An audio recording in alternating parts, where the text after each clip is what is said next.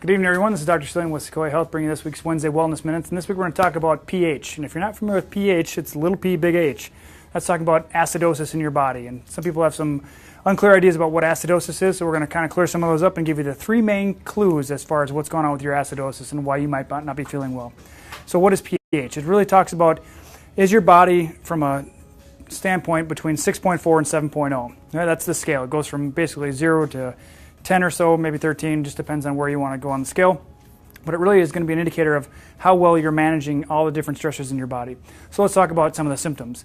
You can go with fatigue, you can have increased heart rate, confusion, digestive issues, you can have fungus overgrowth, you can have depression, acne can flare up as a result of these different things. So keep those in mind as far as some of the symptoms that might be coming up when your pH might be out of balance. Now, what are the causes? Three main causes we're going to talk about are foods, stressors, and infections. Those are the three main. Foods is pretty common. People talk about either coffee or too much meat or stuff like that, and maybe grains and stuff like that. So think about when you're getting anything in a box, any type of food in a box, eating a lot of meat, things like processed foods, soda pop, depending on where you live. Some people call it pop, some people call it soda. And dairy products are pretty inflammatory, and they can decrease your pH. So you want to understand that as your pH rises, you become more alkaline. As your pH drops, you become more acid. Therefore, if you took your stomach acid out of your stomach and put it on your skin, it'd burn a hole. So have a good night, sir. As you can see, we're doing this impromptu. Everybody's just kind of hanging out, and we're just rocking and rolling.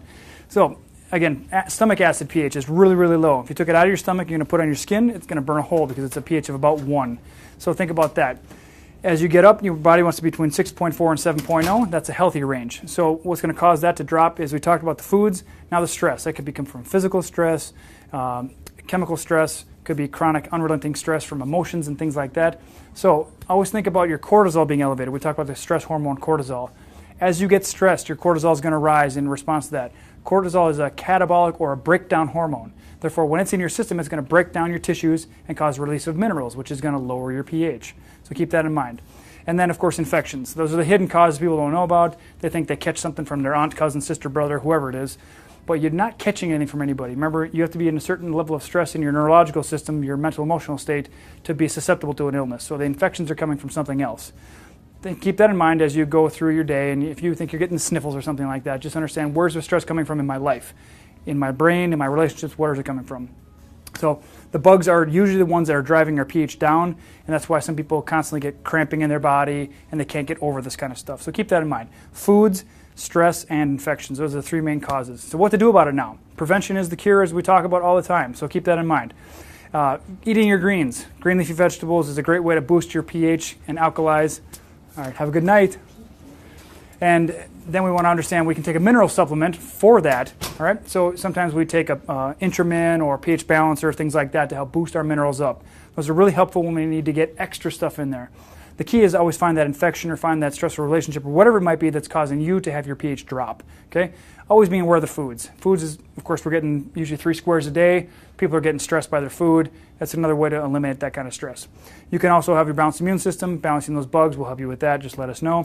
Avoiding the foods. We talked about the grains, the dairy, the sugar, the coffee, the boxed foods, and all that kind of stuff. Okay, those are really good to remember about preventing any stress, any drop in your pH because of those foods.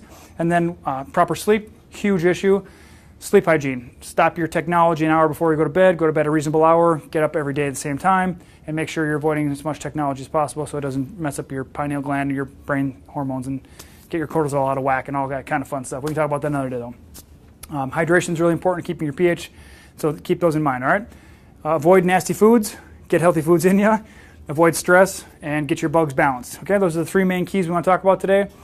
Give us a share, give us a like, let us know so we know we're producing things that are helpful for you and educating you so we can empower you to live the life you want to live, and we look forward to seeing you next week.